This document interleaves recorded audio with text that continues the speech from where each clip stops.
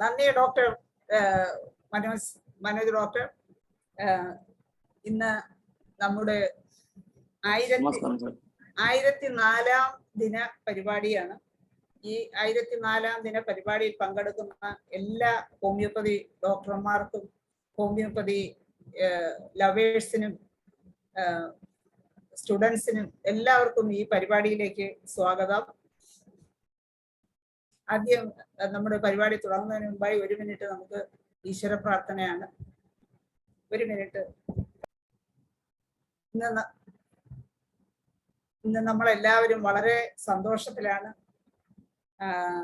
നമ്മുടെ 1000 ദിനം പൂർത്തിയാക്കുന്ന അതിന്റെ ആ ഒരു സെലിബ്രേഷൻ എല്ലാവരും നമ്മൾ കണ്ടതാണ്. നല്ലൊരു സെലിബ്രേഷൻ പരിപാടിയെല്ലാം കണ്ട് എല്ലാവരും ഒരുപാട് ക്ലാസ്സുകളും എല്ലാം കേട്ട് വളരെ സന്തോഷത്തിലും ഒപ്പം ഒരുപാട് ക്ഷീണത്തിലും ആയിരിക്കുമെന്നാണ് ഞാൻ പ്രതീക്ഷിക്കുന്നത്.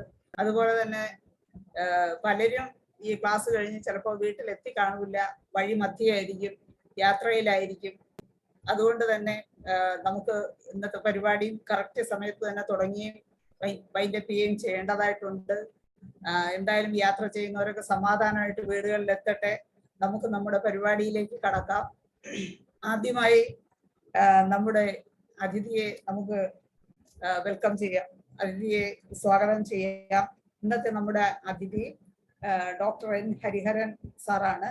അദ്ദേഹം ചീഫ് മെഡിക്കൽ ഓഫീസർ ആയിരുന്നു. അതുപോലെ തന്നെ IHKയുടെ ടീച്ചിങ് ഫാക്കൽറ്റി ആയിരുന്നു. അതുപോലെ ആലപ്പുഴ ജില്ലാ പ്രസിഡന്റ് ആയിരുന്നു. ധാരാളം ബോധവൽക്കരണ ക്ലാസ്സുകളെല്ലാം അദ്ദേഹം സ്ഥിരം ചെയ്യുന്ന ആളാണ്. ഇവയെല്ലാം കൈകാര്യം ചെയ്യുന്ന ഡോക്ടറെ നമുക്ക് ഇന്നത്തെ പരിപാടിയിലേക്ക് ഞാൻ ക്ഷണിക്കുകയാണ്. അദ്ദേഹത്തിന് എന്താണ് പറയാനുള്ളത് എന്ന് കേട്ടിട്ട് നമുക്ക് ചോദ്യോത്തര പരിപാടിയാണ് പ്രധാനം എന്ന് തോന്നുന്നു. ആദ്യമായി അദ്ദേഹത്തിനെ ഞാൻ ഈ വേദിയിലേക്ക് സ്വാഗതം ചെയ്യുന്നു. ഹരിഹരൻ സാർ, തുടങ്ങാം. സാർ അൺമ്യൂട്ട് ചെയ്തില്ല. സാർ അൺമ്യൂട്ട് ചെയ്ത് സംസാരിക്കുമോ സാർ?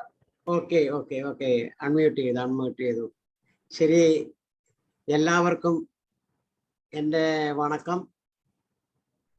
Pranam to everybody.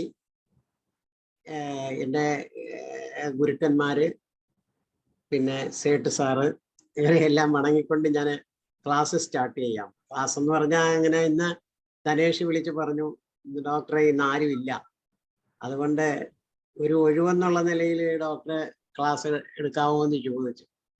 ഞാനങ്ങനെ പ്രിപ്പയർഡ് ഒന്നും അല്ലായിരുന്നു. പിന്നെ ധനേഷിൻ്റെ ഒരു രീതി കേട്ട് കഴിഞ്ഞാൽ നമുക്കൊരിക്കലും നോ പറയാൻ പറ്റത്തില്ല. ഹീ സച്ച് എ പേഴ്സൺ എന്നുവെച്ചാൽ ധനേഷ് അതുപോലെ ആത്മാർത്ഥമായിട്ട് ഈ IFPH പ്രവർത്തിക്കുന്ന ആളാണ്. ഇപ്പോൾ ഇത്ര 1004 കഴിഞ്ഞിരിക്കുന്നു. എനിക്ക് തിരുവനന്തപുരത്തേക്ക് വരാൻ പറ്റിയില്ല. കാര്യം ഞാൻ ഇത്രയും ദൂരം ഇപ്പോൾ യാത്ര ചെയ്യാറില്ല. ചില ആരോഗ്യ പ്രശ്നങ്ങളൊക്കെ ഉള്ളതുകൊണ്ട് ഇത്രയും ദൂരം യാത്ര ചെയ്യാറില്ല. അതുകൊണ്ടാണ് വരാതിരുന്നത്. പരിപാടിയൊക്കെ ഗ്രാൻഡായിട്ട് നടന്നു എന്ന് ഞാൻ അറിഞ്ഞു. പിന്നെ ചില കാര്യങ്ങൾ നടന്നില്ല, ഗവർണർ വന്നില്ല, അതിലാരും വിഷമിക്കേണ്ട കാര്യമില്ല. കാര്യം വെച്ചാൽ എല്ലാ കാര്യവും ഒരു കാര്യത്തിനും അങ്ങനെ പൂർണ്ണതയില്ലല്ലോ. അതുകൊണ്ട് ഗവർണർ വന്നില്ലെന്ന് വിചാരിച്ച ആരും അങ്ങനെ വിഷമിക്കേണ്ട കാര്യമില്ല. എന്നാലും മറ്റു കാര്യങ്ങളെല്ലാം ഭംഗിയായിട്ട് നടന്നു എന്ന് ഞാൻ അറിഞ്ഞതിൽ വളരെയധികം സന്തോഷിക്കുന്നു. Sir, 1 minute. നമ്മുടെ സേട്ട് സാറുണ്ട്. സാറിന് എന്തെങ്കിലും പറയാൻ കാണും തീർച്ചയായിട്ടും. സാർ സംസാരിക്കാമോ? അത് കഴിഞ്ഞ് സാറിലേക്ക്. സേട്ട് സാറെ സംസാരിക്കാമോ? സാർ എന്തായാലും നല്ല ക്ഷീണിതനായിരിക്കും. അപ്പൊ സാറിന് വിശ്രമിക്കണമെങ്കിൽ സാറെ അൺമ്യൂട്ട് ചെയ്ത്. സേട്ട് സാർ,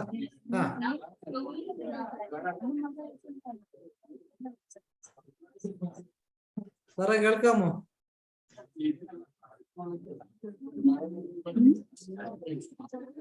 സേട്ട് സാറെ സംസാരിക്കുന്നുണ്ടോ?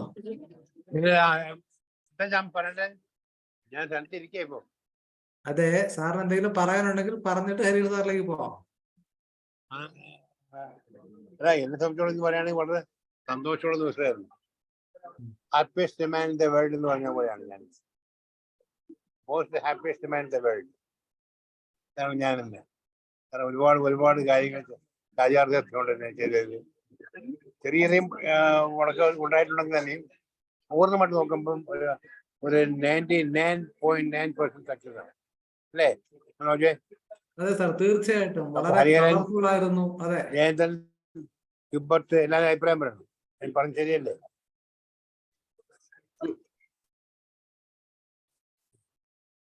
ഞാൻ തിരിച്ചു പോകാൻ നിൽക്കട്ടെ, രാത്രി പുറപ്പെടുകയാണേ. ശരിയാണ് സാർ. സാർ എങ്ങനെ ഞാൻ ട്രെയിനിലാണോ? ഡിന്നറിന് കൂടുന്നില്ല, അവരിവിടെ ഡിന്നറിന് പോയി കണ്ടിട്ട് പോയാൽ പിന്നെ 11 മണിയാവും 12 മണിയാവും. ഞാൻ സംതമിഴ് കയറിയിരിക്കുകയാണ്, 2 ചപ്പാത്തി ആയിട്ട് ഇറങ്ങാൻ പറ്റി. റൂമെല്ലാം ഒഴിഞ്ഞു. സംതം ഹോട്ടലാ, ഓർഡർ കൊടുത്തിട്ടിരിക്കുക. കഴിച്ചിട്ട് ഉടനെ പുറപ്പെടണം. റെസ്റ്റോറൻറ്റ് പോയിട്ട് പോകുള്ളൂ, രാവിലെ എത്തുള്ളൂ. അതെ. ഓക്കെ സാർ, എത്തിയിട്ട് കാര്യമുണ്ട്, അല്ലെങ്കിൽ പിന്നെ അപ്പൊ സാറിന്റെ നല്ല ഭക്ഷണം കിട്ടട്ടെ, സുഖം ഉറക്കം കിട്ടട്ടെ സാർ. നടക്കട്ടെ സാർ. ഓർക്കാൻ പറ്റില്ല. ഡ്രൈവറിന്റെ കൂടെ ഞാനും ഉണർന്നിരിക്കണം കുറച്ചേക്ക്. രാത്രി യാത്രയുണ്ട് സാർ അല്ലേ? Okay sir. യാത്ര തന്നെ. Okay sir. ഓക്കെ. ഞാനും വൈഫും ഡ്രൈവറും മാത്രമേ ഉള്ളൂ. മോളെ കൊണ്ട് വിടണം. മോളെ ഹോസ്റ്റലിൽ കൊണ്ട് വിട്ടിട്ട് വേണം പോണം. കേൾക്കാൻ പറ്റുന്നുണ്ടോ? കേൾക്കാൻ പറ്റുന്നുണ്ടോ? പറയൂ. എന്തൊരു അനുഭവമായിരുന്നു. ഇതാണ് സ്നേഹ സംഗമം എന്ന് പറയുന്നത്. സാധാരണ നിലയില് ഒരു മീറ്റിങ്ങിന് അങ്ങനെ ഉണ്ടാവില്ല. ഇത് നമ്മൾ ദിവസവും ഇങ്ങനെ കണ്ടുകൊണ്ടിരിക്കുന്ന വ്യക്തികള്, ഇങ്ങനെ ഇതിൽ കൂടെ നമ്മള് ഓൺലൈനിൽ കൂടെ കണ്ടുകൊണ്ടിരിക്കുന്ന വ്യക്തികള് പരസ്പരം എല്ലാവരെയും അറിയാം. അതാണ് അതിന്റെ പ്രത്യേകത. എല്ലാവർക്കും എല്ലാവരെയും അറിയാം. പക്ഷെ എല്ലാവരും ചേർന്ന് തീർന്നപ്പോൾ ഉണ്ടായ ആ സ്നേഹ സംഗമം എന്ന് പറയുന്നത് എവിടെയെങ്കിലും ഉണ്ടാവുമോ? അങ്ങനെ ഒന്നും ഉണ്ടാവില്ല ഒരിക്കലും. ഒരു മീറ്റിംഗ് കൂടുന്നുണ്ടെങ്കിൽ, പണ്ടൊക്കെ ആണെങ്കിൽ ഒരു മീറ്റിംഗ് കൂടി തീർന്നാൽ 1-2 പേരെ എല്ലാവർക്കും അറിയാം. ബാക്കി ആരും അറിയത്തില്ല. ബാക്കിയുള്ളവരുടെ മാനസിക വ്യാപാരം അറിയില്ല, അവരുടെ സ്വഭാവം അറിയില്ല, ഞാൻ എന്തെങ്കിലും പറഞ്ഞിരുന്ന അദ്ദേഹത്തിന് ഇഷ്ടപ്പെടുമെന്ന് അറിയില്ല. ഇവിടെ അങ്ങനെയല്ല, കണ്ട ഉടൻ കെട്ടിപ്പിടിക്കുകയാണ്. കാരണം എന്ന് വെച്ചാൽ നമ്മൾ ജീവിതത്തിൽ കണ്ടിട്ടില്ലാത്ത വ്യക്തികളാണ്. പരസ്പരം കാണുന്ന ഉടൻ അങ്ങ് കെട്ടിപ്പിടിക്കുന്നു, പരസ്പരം പറയുന്നു. ഈ ഒരു അനുഭവം എന്ന് പറയുന്നത് 1-2 വ്യക്തികളല്ല, ഈ വന്ന എല്ലാ വ്യക്തികളും പരസ്പരം ഇങ്ങനെ സംസാരിച്ച് തീരുന്നില്ല ആർക്കും. അതാണ് ഇതിന്റെ ഒരു പ്രത്യേകത. ഹരിഹര സാർ വരാൻ കഴിയാത്തത് വളരെ എനിക്ക് സങ്കടമുണ്ട്. കഴിഞ്ഞ കൊച്ചിയിൽ ഞാൻ സാറിനെ പ്രതീക്ഷിച്ചു. ഞാൻ ഇപ്രാവശ്യം വിചാരിച്ചു ട്രിവാൻഡ്രത്തെങ്കിലും സാർ വരുമെന്ന് പ്രതീക്ഷിച്ചു, വന്നില്ല. അതൊരു വിഷമം തന്നെയാണ്. അത് ഉറപ്പിച്ചാൽ പറയും. ഹരിഹരൻ സാർ.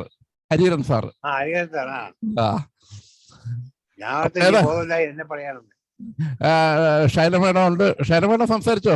അനുഭവം പറഞ്ഞോളൂ. നമുക്ക് ഇന്ന് സെമിനാറിലേക്ക് പോകാം. ഓക്കെ സാറേ, സേട്ട് സാറിന്റെ പരിപാടി നടക്കട്ടെ. ഓക്കെ. സേട്ട് സാർ കാറിലല്ലേ പോകുന്നേ അതോ ട്രെയിനിനോ? കാറിലാണ്. ശരി. ഓക്കെ. കാറ് തിരിച്ചു വിട്ടാൻ കൊണ്ട് സ്വല്പം താമസിച്ചു പോയി. ഒരാള് കാറും കൊണ്ട് പോയതാ. ശരി. ഞാൻ ഡ്രൈവർ വിളിക്കാൻ പറയാം, സാറേ അവരകത്താണ്, ഇറങ്ങിയിട്ടില്ല. എപ്പോ വിളിച്ചാലും അതൊന്നും പറഞ്ഞില്ല, പഠിക്കില്ല. അല്ലെ വൈഫ് ഉത്തയാ, അതൊന്നും പറയണ്ടെന്ന് വെച്ചിട്ട്.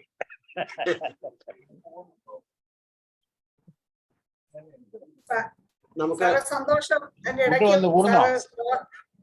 ഫുഡ് വന്ന് കൂടുന്നോ? ശൈലജ കൂടുന്നോ? സാറ് സമാധാനമായിട്ട് ഫുഡ് കഴിക്കും. ഞങ്ങള് ഹരിഹരൻ സാറിന്റെ ക്ലാസ്സിലോട്ട് പോവുകയാണ്. സന്തോഷം സാർ. എന്തായാലും ഇതിന്റെ ഇടയ്ക്ക് കഴിക്കാൻ നമ്മളോടൊപ്പം വന്നതിൽ വളരെ സന്തോഷം. ഹരിഹരൻ സാറിന്റെ ക്ലാസ്സിലേക്ക് പോകാം. വാസ്തവത്തില് ഇപ്പൊ നിങ്ങളെല്ലാം പറയുന്ന കേട്ടപ്പോഴത്തേക്ക്, നിങ്ങളെല്ലാം ഇത് പറയുന്ന കേട്ടിട്ട് എനിക്ക് മിസ് ചെയ്തതില് പ്രയാസമുണ്ട്. പക്ഷെ എന്റെ ആരോഗ്യം അത്ര പ്രോബ്ലം ആണ്. അതുകൊണ്ടാണ് ഞാൻ. നിങ്ങൾ എന്താ ആരോഗ്യം കുഴപ്പം? ഹരിഹരൻ സാർ എന്താ കുഴപ്പം? മുടി കൊണ്ട് നടത്തുന്നല്ല, വല്ല കുഴപ്പമുണ്ടോ? പല്ല് 32 വരെ 34 പല്ലുണ്ടോ? സാറേ നരച്ചതല്ല, വെളുപ്പിച്ചിരിക്കുകയാണ്. സാറേ അത് മുടി നരച്ചതല്ല, വെളുപ്പിച്ചിരിക്കുകയാണ്. ഓക്കെ. നെക്സ്റ്റ് ടൈം ഞാൻ തുടങ്ങി പോകുന്നു. ആദ്യം ഫ്രഞ്ച് ഫ്രൈസ് കഴിക്കാൻ വേണ്ടി പോയാ. ഓക്കെ, ഞാൻ എത്തുന്നു. നമ്മളെ കൊതിപ്പിക്കുകയാണ് അല്ലേ? Okay, by. ബൈ. കഴിയണേ ഞാൻ ഇറങ്ങിക്കോളാം കേട്ടോ. ഓക്കെ. നമുക്ക് തുടങ്ങാം. ഡോക്ടർ മനോജ്, തുടങ്ങാം സാർ, തുടങ്ങിക്കോ സാർ. തുടങ്ങാം. നിങ്ങളെ എല്ലാവരും വളരെ സന്തോഷമായിട്ടിരിക്കുകയാണ്. പക്ഷെ എൻ്റെ ക്ലാസ് ഞാനീ പറയുന്നത് കേൾക്കാൻ മാത്രമുള്ള ഒരു എനർജി ഇനി ഉണ്ടാവുമോ എനിക്കറിയില്ല. പക്ഷെ എന്നാലും ഞാൻ എൻ്റെ ഒരു ചടങ്ങെന്നുള്ള നിലയിൽ ഞാനത് തീർക്കാം. കാര്യം ഒഴിവായിട്ട് വന്നതല്ലേ ഞാൻ, അതുകൊണ്ട് ഞാനത് എന്തെങ്കിലുമൊക്കെ പറഞ്ഞു കഴിഞ്ഞിട്ട് നമുക്ക് അടുത്ത ക്വസ്റ്റ്യൻ ആൻസർ സെഷനിലേക്ക് പോകാം. ഞാൻ വിചാരിക്കുന്നത് ഞാൻ സാധാരണയായിട്ട് ചെയ്ത എനിക്ക് ഏറ്റവും കൂടുതൽ പേഷ്യൻസ് ഉള്ള ഒരു ഫീൽഡ് ഏതാന്ന് വെച്ച് കഴിഞ്ഞാൽ എനിക്ക് ഈ അലർജിക് ആസ്മ, ബ്രോങ്കൈറ്റിസ്, പിന്നെ അങ്ങനെയുള്ള കേസുകളാണ് എനിക്ക് കൂടുതലും വരുന്നത്. അലർജി സംബന്ധമായിട്ടുള്ള രോഗങ്ങളാണ് കൂടുതൽ വരുന്നത്. അതിൽ ആസ്മയാണ് ധാരാളം വരുന്നുണ്ട്. പിന്നെ അതുപോലെ തന്നെ ഈ റൈനൈറ്റിസ്, ഇതൊക്കെ ധാരാളമായിട്ട് എനിക്ക് വരുന്നുണ്ട്. എൻ്റെ ഈ കോസ്റ്റൽ ഏരിയ ആണ് ഞാൻ അമ്പലപ്പുഴ എന്ന് പറയുന്നത്. ഈ കോസ്റ്റൽ ഏരിയയിൽ ഈ അലർജിക് മാനിഫെസ്റ്റേഷൻ എപ്പോഴും കൂടുതലാണ് കോസ്റ്റൽ ഏരിയയിൽ. അപ്പോൾ അതുകൊണ്ട് ഈ അലർജി വന്നിട്ട് ഈ തുമ്മല്, ഒരു മെജോറിറ്റി ആൾക്കാർക്കും തുമ്മലുണ്ട്. തുമ്മി ഒത്തിരി പ്രയാസമായിട്ട് അടുത്ത സ്റ്റേജ്, തുമ്മലിന്റെ നെക്സ്റ്റ് സ്റ്റേജ് എന്ന് പറയുന്നത് സ്ലൈറ്റ് വീസിങ്. ആ വീസിങ് അങ്ങോട്ട് അത് കഴിഞ്ഞാൽ ഒരു സ്ലൈറ്റ് വീസിങ്ങേ കാണുള്ളൂ. അത് കഴിഞ്ഞു കഴിഞ്ഞാൽ ആസ്മയായിട്ട് വരും. അപ്പോൾ ആദ്യം തന്നെ ഇവര് നമ്മുടെക്കിലേക്ക് വരാതെ ഇവര് ഈ തുമ്മലൊക്കെ വരുമ്പോൾ ഇവിടെ ചെസ്റ്റ് സ്പെഷ്യലിസ്റ്റ് ഒക്കെ ഉണ്ട്, അവരെ പോയി കാണും. അവരെ പോയി കണ്ടു കഴിഞ്ഞാൽ അവർക്ക് ചില ടാബ്ലറ്റ്സ് ഒക്കെ ഉണ്ട്. ആ ടാബ്ലറ്റ്സ് ഒക്കെ കൊടുത്തു കഴിയുമ്പോൾ പെട്ടെന്ന് തുമ്മലങ്ങ് കുറയും.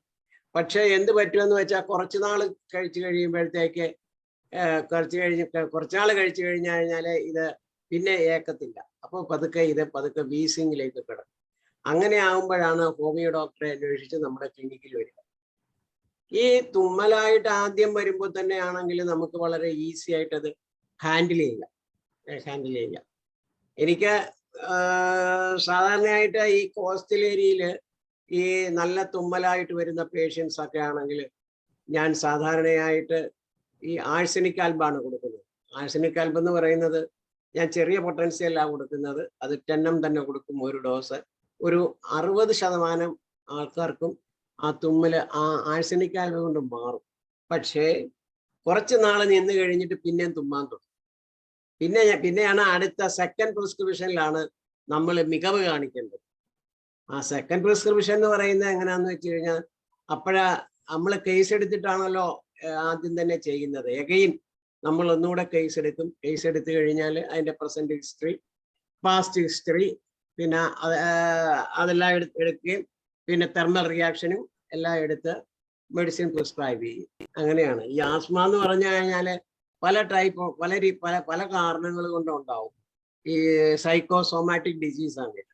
ഒരു മാനസികമായിട്ടുള്ള പ്രയാസം ഉണ്ടെങ്കിലും ആസ്മ ഉണ്ടാവും. അതിന് നമുക്ക് നല്ല മരുന്ന് നമുക്ക് ഉണ്ട്, ഇതിനകത്ത് ഈ ഹോമിയോപ്പതിയിലുണ്ട്. നമുക്കത് പ്രിസ്ക്രൈബ് ചെയ്യാം.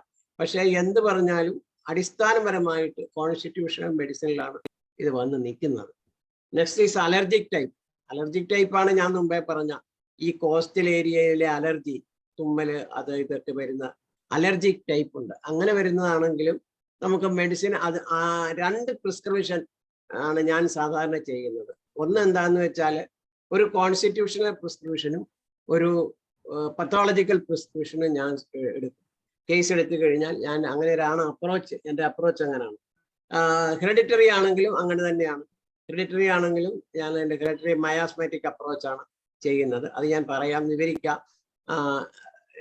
അങ്ങനെയാണ് അത് ചെയ്യുന്നത്. ഹെറിഡിറ്ററി ആണെങ്കിൽ അങ്ങനെയാണ്. പിന്നെ ഈ സപ്രഷൻ ഓഫ് സോറ, അങ്ങനെയും വിമിഷ്ടം വലിയ വരും. സപ്രഷൻ ഓഫ് ഉദാഹരണമായിട്ട് സ്കാബിസോ ഇല്ലെങ്കിൽ അങ്ങനെയുള്ള ഇറപ്ഷൻസ് ഒക്കെ വരുമ്പം സപ്രസ് ചെയ്യുമ്പോഴത്തേക്ക് ഇതുപോലെ തന്നെ വിമിഷ്ടം വരും, വലിവ് വരും.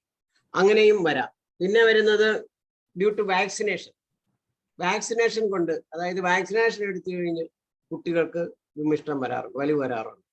ഇതിനെല്ലാം നമുക്ക് ഹോമിയോപ്പതിക് അപ്രോച്ച് ഉണ്ട്. ആ അപ്രോച്ച് അനുസരിച്ച് നമ്മൾ പോവുകയാണെങ്കിൽ ഇതെല്ലാം ക്യൂറബിൾ ആണ്. പിന്നെ എപ്പോഴാ ക്യൂറബിൾ അല്ലാത്തതെന്ന് വെച്ച് കഴിഞ്ഞാൽ എൻ്റെ അനുഭവത്തിൽ ഈ വലിയ ആൾക്കാർ, അതായത് അഡൾട്ട് ആയിട്ടുള്ള ആൾക്കാർ ധാരാളം പേര് ഈ കോർട്ടിസോൺ ഉപയോഗിക്കുകയും അതുപോലെ തന്നെ ഈ ഇൻഹൈൽ ചെയ്യുന്ന സാധനം ഉപയോഗിക്കുകയും ഒക്കെ ചെയ്ത് ക്രോണിക് ആയിട്ട് വരുന്നവർക്ക് നമുക്ക് ക്യൂർ ചെയ്തെടുക്കാൻ പ്രയാസമാണ്. അത് ഒരു 55 വയസ്സ് 60 വയസ്സിട്ടുള്ളവർക്കെല്ലാം എടുക്കാൻ പറയാണ്. പക്ഷേ ചില കേസിൽ നമുക്ക് നല്ല റിലീഫ് അവർക്ക് കൊടുക്കാൻ പറ്റും. അങ്ങനെ ആ റിലീഫ് കൊടുത്തുകൊണ്ട് നമുക്ക് മുന്നോട്ട് പോകാൻ പറ്റും. ഇപ്പോൾ പിന്നെ അതുപോലെ തന്നെ തെർമൽ റിയാക്ഷൻ ഞാൻ എടുക്കുന്ന ഒരു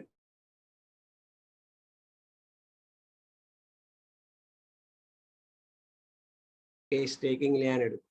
ഒരു കുട്ടിയെ കൊണ്ട് വന്നു കഴിഞ്ഞാൽ ഈ പറഞ്ഞ present history, past history, hereditary times എല്ലാം എടുത്തു കഴിഞ്ഞാലും ഞാൻ ഈ കുട്ടിയുടെ കോൺസ്റ്റിറ്റ്യൂഷൻ പഠിക്കും. എങ്ങനെയാണ് നിങ്ങൾ കോൺസ്റ്റിറ്റ്യൂഷൻ പഠിക്കുക എന്ന് പറയുമ്പം കുട്ടികളുടെ കോൺസ്റ്റിറ്റ്യൂഷനെ കുറിച്ച് പറയുകയാണെങ്കിൽ നമുക്ക് ട്യൂബർകുലിനം, ബറൈറ്റ കാർബ്, ലൈക്കോപോഡിയം, പൾസാറ്റില, ഇങ്ങനെയുള്ള കുറെ ഏറെ കോൺസ്റ്റിറ്റ്യൂഷൻസ് ഉണ്ട്. കാൽക്കേരിയ കാർബ്, ഇതൊക്കെ നമ്മൾ ശരിക്കും പഠിച്ചിരുന്നാൽ നമുക്ക് നന്നായിട്ട് തന്നെ ഇത് ചികിത്സിച്ച് ഭേദമാക്കാൻ പറ്റും. ഇപ്പൊ ഉദാഹരണമായിട്ട് പറയുകയാണെങ്കിൽ ഇപ്പൊ സിലീഷ്യക്ക് ഞാൻ എത്ര വിമിഷ്ടമായിട്ട് വന്നാലും എത്ര വലിവായിട്ട് വന്നാലും ഞാൻ കോൺസ്റ്റിറ്റ്യൂഷണൽ മെഡിസിൻ അപ്പം തന്നെ കൊടുക്കും. അത് ചിലപ്പോൾ സിലീഷ്യ ആണെന്ന് വിചാരിച്ചു, ആ കുട്ടി സിലീഷ്യാണ്, ഭയങ്കര സ്വെറ്റിംഗ് ആണ്. പിന്നെ സ്വെറ്റിങ് തന്നെ 2 തരം ഉണ്ടല്ലോ, കാൽക്കേരിയ കാർബിന്റെ സ്വെറ്റിങ്ങും ഉണ്ട്, സിലീഷ്യയുടെ സ്വെറ്റിങ്ങും ഉണ്ട്. സിലീഷ്യ ആണെങ്കിൽ ഈ തലയായിരിക്കും ഏറ്റവും കൂടുതൽ സ്വെറ്റ് ചെയ്യും. അതുപോലെ തന്നെ കാൽക്കേരിയ കാർബാണെങ്കിൽ അങ്ങനെയല്ല, കംപ്ലീറ്റ് സ്വെറ്റിങ് ഉണ്ടാവും. പിന്നെ കാൽക്കേരിയ കാർബിന്റെ കോൺസ്റ്റിറ്റ്യൂഷൻ, സിലീഷ്യയുടെ constitution, physical constitution is different. അത് നോക്കണം. അത് നോക്കിയിട്ട് ഇപ്പൊ സിലീഷ്യ ആണെങ്കിൽ 10 കൊടുക്കും. ഞാൻ കൊടുത്തു കഴിഞ്ഞിട്ട് അതിൻ്റെ കൂടെ ഈ പത്തോളജിക്കൽ റെമഡീസും കൊടുക്കും. പത്തോളജിക്കൽ റെമഡീസിനെ കുറിച്ച് ഞാൻ അത് പറയാം. തെർമൽ റിയാക്ഷൻ എങ്ങനെ കണ്ടുപിടിക്കുന്നു വെച്ച് കഴിഞ്ഞാൽ അതിനെപ്പറ്റി ഞാനൊരു ചെറിയ ഷോർട്ടായിട്ട് പറയാം. ഒത്തിരി പേർക്ക് തെർമൽ റിയാക്ഷൻ എങ്ങനെയാ ഇത് ഫൈൻഡ് ഔട്ട് ചെയ്യുന്നതെന്ന് അറിയില്ല. അതുകൊണ്ട് ഒത്തിരി മിസ്റ്റേക്ക് പറ്റും. അതായത് തെർമൽ റിയാക്ഷൻ എന്ന് പറഞ്ഞാൽ എങ്ങനെയാണ്, how that patient is reacting to the environment, അതാണ് നമ്മൾ എടുക്കേണ്ടത്. ഈ കുട്ടിക്കോ ഈ ആളിനോ നിങ്ങൾക്ക് എന്ത് വെള്ളത്തിൽ കുളിക്കാനാണ് ഇഷ്ടം? നമ്മൾ സാധാരണ ചോദിക്കുന്ന ഒരു ചോദ്യമാണ്, എന്ത് വെള്ളത്തിൽ കുളിക്കാനാണ് ഇഷ്ടം? അപ്പോൾ ചില ആൾക്കാർ പറയും എനിക്ക് തണുത്ത വെള്ളത്തിൽ കുളിക്കാനാണ് ഇഷ്ടം, ചില ആൾക്കാർ പറയും എനിക്ക് ചൂടുവെള്ളത്തിൽ കുളിക്കാനാണ് ഇഷ്ടം. അപ്പൊ തണുത്ത വെള്ളത്തിൽ കുളിക്കാനായിട്ട് ഇഷ്ടമാണെന്ന് പറയുമ്പോൾ നമ്മൾ അടുത്തൊരു ചോദ്യം, അപ്പൊ നല്ല തണുപ്പുള്ള സമയത്തോ നിങ്ങൾ എന്ത് വെള്ളത്തിൽ കുളിക്കും? അപ്പൊ ചില ആൾക്കാർ പറയും എനിക്ക് ചെറു ചൂടുവെള്ളം വേണമുണ്ടോ അപ്പൊ കുളിക്കാൻ. അപ്പൊ നമ്മൾ ആ തെർമൽ റിയാക്ഷനിൽ ഒരു ചേഞ്ച് വരുത്തും അവിടെ. അപ്പം അവനെ ഒരു ആംഫി തെർമലിൽ നമ്മൾ പെടുത്തി അവിടെ വരും. അതുപോലെ തന്നെ ആ പേഷ്യന്റിനെ തന്നെ നമ്മൾ പിന്നെ ചോദിക്കുകയാണ്, നിങ്ങൾ ചായ കാപ്പി കുടിക്കുന്ന ആളാണോ? ചായ കുടിക്കുന്ന ആളാണ് എന്ന് പറയുകയാണെങ്കിൽ നിങ്ങൾക്ക് 3 ടൈപ്പ്, ഞാൻ അങ്ങോട്ട് പറയും 3 ടൈപ്പിലുള്ള ആൾക്കാരുണ്ട്. ചില ആൾക്കാർ നല്ല ചൂടി കുടിക്കും, ഊതി കുടിക്കും. ചില ആൾക്കാർ അങ്ങനെയല്ല, ചില ആൾക്കാർ ചെറു ചൂടി കുടിക്കും, ചില ആൾക്കാർ തണുപ്പിച്ചു കുടിക്കും. അപ്പൊ നമുക്ക് 3 വ്യത്യസ്തമായിട്ടുള്ള ആൾക്കാരെ കിട്ടിയത്. ചെറു ചൂടി കുടിക്കുന്നവരെ ഇപ്പൊ ചൂടുവെള്ളം വേണമെന്ന് പറയുന്ന ആളിന്റെ നമ്മൾ എടുക്കുമ്പോൾ ഇയാളെ പറയുന്നത് എനിക്ക് ചെറിയ ചൂട് വേണമെന്നോ. അതേസമയം നല്ല തണുത്ത വെള്ളത്തിലാണ് എനിക്ക് കുളിക്കണമെന്ന് പറയുകയാണെങ്കിൽ അയാള് ഹോട്ട് പേഷ്യൻ്റ് ആണ്. മറ്റേത് ഒരു ആംഫി തെർമൽ ടൈപ്പാണ്. പിന്നെ നല്ല ചൂട്, അതായത് ഈ ചെറു ചൂടല്ല, നല്ല ചൂടിൽ കുടിക്കണമെന്ന് പറയുമ്പോഴത്തേക്ക് നമുക്ക് വെരി ചില്ലി ആയിട്ടുള്ള പേഷ്യൻ്റ്, നമുക്ക് എത്രിയ മെഡിക്കൽ അങ്ങനെയുള്ള പേഷ്യൻസ് ഉണ്ട്. അതെടുക്കും ഞാൻ.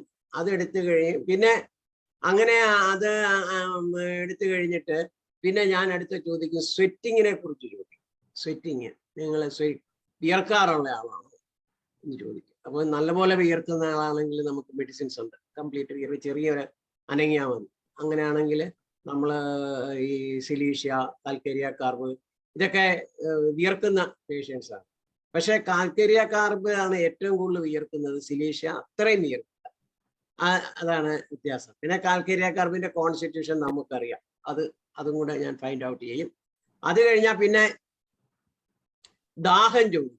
ദാഹം, നിങ്ങൾ വെള്ളം കുടിക്കുന്ന ആളാണോ വെള്ളം കുടിക്കാത്ത ആളാണോ, അത് സാധാരണ പോലെയാണ്. സാധാരണ പോലെ എന്ന് പറയുമ്പോൾ നമ്മൾ അവരെ വിട്ടേക്കും. അതേസമയം ഒട്ടും വെള്ളം കുടിക്കാത്ത ആളാണെന്ന് പറയുകയാണെങ്കിൽ നമ്മൾ അത് നോട്ട് ചെയ്യും. അത് നോട്ട് ചെയ്യും. അതായത് ഇപ്പൊ പൾസാറ്റില പോലുള്ള പേഷ്യൻസ് ആണെങ്കിൽ അവർ തീർച്ചയായും ലിസ്റ്റാണ്, അതവിടെ നോട്ട് ചെയ്യും. പിന്നെ നല്ലപോലെ ദാഹം ഞാൻ കൂടെ വെള്ളം കുടിക്കുമെന്ന് പറയുകയാണെങ്കിൽ നമ്മളപ്പം ചോദിക്കും, നിങ്ങൾ ചൂടുവെള്ളമാണോ പ്രിഫർ ചെയ്യുന്നത് അതോ തണുത്ത വെള്ളമാണോ പ്രിഫർ ചെയ്യുന്നത്? അപ്പോഴും നമുക്ക് അവിടെ പേഷ്യൻസിനെ കിട്ടും. അപ്പൊ തന്നെ ലൈക്കോപോഡിയ ഒക്കെ ആണെങ്കിൽ ചൂടുവെള്ളമാണ്, ചൂട് ചായയൊക്കെയാണ് എപ്പോഴും പ്രിഫർ ചെയ്യുന്നത്. അതായത് ആഴ്സനിക് ആൽബും ചൂട് ചായ ആണെങ്കിൽ പോലും ആഴ്സനിക് ആൽബ് അത് സിപ്പ് ചെയ്ത് കുടിക്കത്തുള്ളൂ. പക്ഷെ അവിടെ നമ്മൾ ഡിഫറൻഷിയേറ്റ് ചെയ്യുന്നത് എങ്ങനെയാണെന്ന് വെച്ചാൽ arsenic alb is A chilly patient and at the same time lycopodium is A hot patient. അപ്പോൾ അവിടെ നമുക്ക് ഇപ്പം ഫോസ്ഫറസ് എന്ന് പറയുന്ന പേഷ്യന്റ്, ഫോസ്ഫറസ് ആണെങ്കിൽ ഫോസ്ഫറസ് പേഷ്യന്റ് ചില്ലി പേഷ്യന്റ് ആണ്, അത് അയാൾക്ക് ചൂടുവെള്ളത്തെ കുളിക്കുന്നതാണ് ഇഷ്ടം. പക്ഷെ അവിടെ വേറൊരു പ്രത്യേകതയുള്ള ആണെങ്കിൽ അയാളുടെ നമ്മൾ സ്റ്റമക്ക് സിംറ്റത്തിന് അയാൾ പ്രിഫർ ചെയ്യുന്നത് എപ്പോഴും തണുത്ത വെള്ളമാണ്, ചൂടുവെള്ളം പ്രിഫർ ചെയ്യത്തില്ല. ആസ് എ ലൈക്കോപോഡിയ അങ്ങനെയല്ല, even though he's a hot patient അയാൾ ചൂടുവെള്ളം പ്രിഫർ ചെയ്യും. ഇങ്ങനെ ഞാനത് ഡിഫറൻഷിയേറ്റ് ചെയ്ത് ഒരു മെഡിസിനിൽ അറൈവ് ചെയ്യും. അപ്പൊ തന്നെ മെഡോറിനം തന്നെ എടുത്തു കഴിഞ്ഞാൽ ഞാൻ ഈ കുട്ടികളുടെ ട്രേറ്റ്സ് ശ്രദ്ധിച്ചു കഴിഞ്ഞാൽ നിങ്ങൾക്ക് അറിയാമല്ലോ. അതായത് ഈ കോൺസ്റ്റിറ്റ്യൂഷനിലെ പിള്ളേരുടെ കോൺസ്റ്റിറ്റ്യൂഷൻ എന്ന് പറയുമ്പോഴത്തേക്ക് ധാരാളം ഇതുണ്ട്. അതായത് ഓറമെറ്റ് ഉണ്ട്, ഓറമെറ്റ് ഉണ്ട്, അതുപോലെ തന്നെ ബാരിറ്റ കാർബ് ഉണ്ട്, അർജന്റൻ നൈട്രിക്കം ഉണ്ട്, അതുപോലെ തന്നെ കാൽക്കേരിയ കാർബ് ഉണ്ട്, പിന്നെ ലൈക്കോപോഡിയം ഉണ്ട്, പിള്ളേരുടെ കോൺസ്റ്റിറ്റ്യൂഷൻ, പിന്നെ മെഡോറിനം ഉണ്ട്. ഇതെല്ലാം പിള്ളേരുടെ കോൺസ്റ്റിറ്റ്യൂഷൻ. പിള്ളേരാണല്ലോ കൂടുതലും നമ്മളൊക്കെ പരിപാടി കൊച്ചുകുട്ടികളെയും കൊണ്ടൊക്കെയാണ് വരുന്നത്. പൾസാറ്റിലുണ്ട്, പിന്നെ ഫോസ്ഫറസ് ഉണ്ട്. ഇതെല്ലാം കുട്ടികളുടെ ഈ കോൺസ്റ്റിറ്റ്യൂഷൻ നമ്മൾ ശരിക്കും അറിഞ്ഞിരിക്കണം. പിന്നെ ഞാൻ മുമ്പേ പറഞ്ഞു സെലീഷ്യ, പിന്നെ നാട്രമുർ, വൺ ഓഫ് ദി ഇമ്പോർട്ടൻ്റ് ആയിട്ടുള്ള ഒരു കോൺസ്റ്റിറ്റ്യൂഷണൽ ഡ്രഗാണ് നാട്രമുർ. നാട്രമുറിനെയൊക്കെ നമുക്ക് തിരിച്ചറിയാൻ ഒരു പ്രയാസവും ഇല്ല. അതായത് ഈ ഒത്തിരി ശാഠ്യമുള്ള ഉണ്ടാകുകയും ഈ ഉപ്പ് വാരി തിന്നുകയും ചെയ്യുന്ന പിള്ളേരുണ്ട്. അവരെയൊക്കെ നമ്മൾ അപ്പോഴേ നോട്ട് ചെയ്ത് വെക്കുകയാണെങ്കിൽ മിക്കവാറും അങ്ങനത്തെ കുട്ടികളെല്ലാം ഒരു നാട്രമുർ ആയിട്ട് കാണാം. അതുപോലെ തന്നെ ഭയങ്കര വാശിയാണ് ഈ നാട്രമുർ. പിന്നെ ആൻറ്റി-ഇൻക്ലൂഡ് കുട്ടികളുണ്ട്. ഇവരുടെയൊക്കെ നമ്മൾ കോൺസ്റ്റിറ്റ്യൂഷൻ നമ്മൾ അറിഞ്ഞിരുന്നു കഴിഞ്ഞാൽ നമുക്ക് അതിൻ്റെ കോൺസ്റ്റിറ്റ്യൂഷണൽ പ്രിസ്ക്രിപ്ഷൻ നടത്താൻ പറ്റും. ഇതാണ് എൻ്റെ ഒരു മെത്തേഡ് എന്ന് പറയുന്നത്. അങ്ങനെയാണ്. അത് കഴിഞ്ഞാൽ പിന്നെ ഈ മെത്തേഡിൽ നമ്മൾ ആ ഹൈ പൊട്ടൻസി കൊടുത്തു കഴിഞ്ഞാൽ പിന്നെ കൊടുക്കുന്നത് ഇതിൻ്റെ ഈ അക്യൂട്ട് പ്രിസ്ക്രിപ്ഷൻ ആണ് പിന്നെ നടത്തേണ്ടത്. Acute prescription. അപ്പോൾ കോൺസ്റ്റിറ്റ്യൂഷണൽ പ്രിസ്ക്രിപ്ഷൻ നമ്മൾ നടത്തണം. അറ്റ് ദ സെയിം ടൈം നമ്മൾ ഈ അക്യൂട്ട് പ്രിസ്ക്രിപ്ഷൻ നടത്തണം. കോൺസ്റ്റിറ്റ്യൂഷണൽ പ്രിസ്ക്രിപ്ഷനും അക്യൂട്ട് പ്രിസ്ക്രിപ്ഷനും അത് അങ്ങനെ നടത്തിയെങ്കിൽ മാത്രമേ പേഷ്യൻസ് നമ്മളൊക്കെ നിൽക്കത്തുള്ളൂ. ചിലപ്പോൾ മേ ബി ഈ കോൺസ്റ്റിറ്റ്യൂഷണൽ പ്രിസ്ക്രിപ്ഷൻ കൊണ്ട് തന്നെ അത് ഭേദമാകാം. പക്ഷെ അങ്ങനെയല്ല വേണ്ട. നമ്മൾ അതിൻ്റെ കൂട്ടത്തിൽ നമ്മൾ ഈ ടിഞ്ചേഴ്സ് നമുക്ക് കൊടുക്കാവുന്ന കാര്യമാണ്. ഈ ടിഞ്ചേഴ്സ് ഇതിൻ്റെ കൂട്ടത്തിൽ കൊടുക്കാം. ആ ടിഞ്ചേഴ്സ് തന്നെ ഒത്തിരി ടിഞ്ചേഴ്സ് ഉണ്ട്. ഇപ്പൊ ഉദാഹരണമായിട്ട് പറയുകയാണെങ്കിൽ ഈ ആസ്മയ്ക്ക് പെട്ടെന്ന് ഇപ്പോൾ ഒരു കുട്ടിയെ കൊണ്ട് വരുവാണെങ്കിൽ നമുക്കിത് അബോർട്ട് ചെയ്യണമെങ്കിൽ അബോർട്ട് ചെയ്യാം. അതായത് അക്കോണൈറ്റ് 3x എപ്പിക്കാക്ക് 3x ഓൾട്ടർനേറ്റ് ചെയ്ത് കൊടുക്കുകയാണെങ്കിൽ ഈ പെട്ടെന്ന് നമുക്കിത് അബോർട്ട് ചെയ്യാൻ പറ്റും. പിന്നെ എപ്പോഴും നമ്മൾ ശ്രദ്ധിക്കേണ്ട ഒരു കാര്യം എന്താ വെച്ചാൽ കാർബോവക്ക് ഒരു പ്രധാന ഘടകമാണ് ഇതിനകത്ത്. ഞാൻ ഏത് ആസ്മ പേഷ്യന്റ് വന്നു കഴിഞ്ഞാലും ഈ കാർബോവക്ക് കൈ കൊടുക്കും. എന്താന്ന് വെച്ച് കഴിഞ്ഞാൽ പ്രോപ്പർ ഏരിയേഷൻ, ഓക്സിജൻ കിട്ടണമെന്നുണ്ടെങ്കിൽ കാർബോവക്ക് ഇടയ്ക്കിടയ്ക്ക് കൊടുക്കുന്നത് നല്ലതാണ്. കാർബോവക്ക് 200 ആണ് കൊടുക്കുന്നത്. പിന്നെ ഞാൻ കൊടുക്കുന്ന മെഡിസിൻ ഇങ്ങനെ വായു കിട്ടാതെ വരുവാണെങ്കിൽ കൊടുക്കുന്നത് ആസ്പിഡോസ്കോപ്പിയാണ് കൊടുക്കുന്നത്. അത് ഇതിൻ്റെ കൂട്ടത്തിൽ തന്നെ ചെയ്യാറുണ്ട്. പിന്നെ ഈ സ്പാസ്മോഡിക് ഫോം ഓഫ് ആസ്മ, ചെസ്റ്റിന് ഭയങ്കര വെയിറ്റ് തോന്നിക്കുക, അങ്ങനെ തോന്നുകയാണെങ്കിൽ നമുക്ക് എപ്പിക്കാക്കിനെ കുറിച്ച് ചിന്തിക്കാം. എപ്പിക്കാക്കിന്റെ പിന്നെ ചുമച്ച് ഗാഗിങ് ആൻഡ് വൊമിറ്റിംഗ് ഉണ്ടെങ്കിൽ നമുക്ക് ഈ എപ്പിക്കാക്കിനെ കുറിച്ച് ചിന്തിക്കാം. പിന്നെ നിങ്ങൾക്ക് അറിയാമോ കാലികാർബ് ഒരു വണ്ടർഫുൾ മെഡിസിൻ ആണ്. നമ്മൾ കോൺസ്റ്റിറ്റ്യൂഷനിൽ ആണെങ്കിൽ പോലും കാലികാർബ് ഒരു wonderful medicine. Most chilli patient ആണ് ഈ കാലികാർബ്, സോറിനം, ഇതൊക്കെ മോസ്റ്റ് ചില്ലി പേഷ്യന്റ് ആണ്. നമുക്ക് ഈ ഇങ്ങനെ കാലികാർബ് പേഷ്യന്റിനെ നമുക്ക് കിട്ടിക്കഴിഞ്ഞാൽ കോൺസ്റ്റിറ്റ്യൂഷണലായിട്ട് നമ്മൾ ഞാൻ മിക്കവാറും ടെന്നം പൊട്ടൻസിയാണ് ഞാൻ കൊടുക്കാറുള്ളത്. ടെന്നം പൊട്ടൻസി കൊടുത്ത് അതിന്റെ കൂട്ടത്തിൽ ഈ അക്യൂട്ട് റെമഡിയും കൂടെ ഞാൻ കൊടുക്കാറുണ്ട്. പിന്നെ വരുന്നത് ഗ്രൈൻഡീലിയ ഒരു അക്യൂട്ട് റെമഡി ആയിട്ട് നമുക്ക് ഉപയോഗിക്കാം. അതായത് വളരെ ഓൾഡ് ഏജ് ആയിട്ടുള്ള പേഷ്യൻസിനാണെങ്കിൽ ഒത്തിരി ചുമച്ച് വലിയ പ്രയാസം കാണിക്കുന്ന പേഷ്യൻ്റ് ബ്രോങ്കൈറ്റിസ് ഉണ്ട്. പിന്നെ അതിന് വേറെ ഒരു ഗ്രൈൻഡീലിയയ്ക്ക് പറയുന്നത് എന്താ വെച്ചാൽ അത് പാരാലിസിസ് ഓഫ് ന്യൂമോഗാസ്ട്രിക് നെർവ്, അത് ഗ്രൈൻഡീലിയയുടെ ഒരു പ്രധാന ഇതാണ്. ന്യൂമോഗാസ്ട്രിക് നെർവ് അത്. പിന്നെ അടുത്തത് ആസ്മ വിത്തൗട്ട് ബ്രോങ്കൈറ്റിസ്, ബ്ലാറ്റ നമുക്ക് ചിന്തിക്കാവുന്ന. ബ്ലാറ്റ ഞാൻ ടിഞ്ചർ അല്ല കൊടുക്കുന്നത്, ഞാൻ 3x ആണ് സാധാരണയായിട്ട് കൊടുക്കാറുള്ളത്. പിന്നെ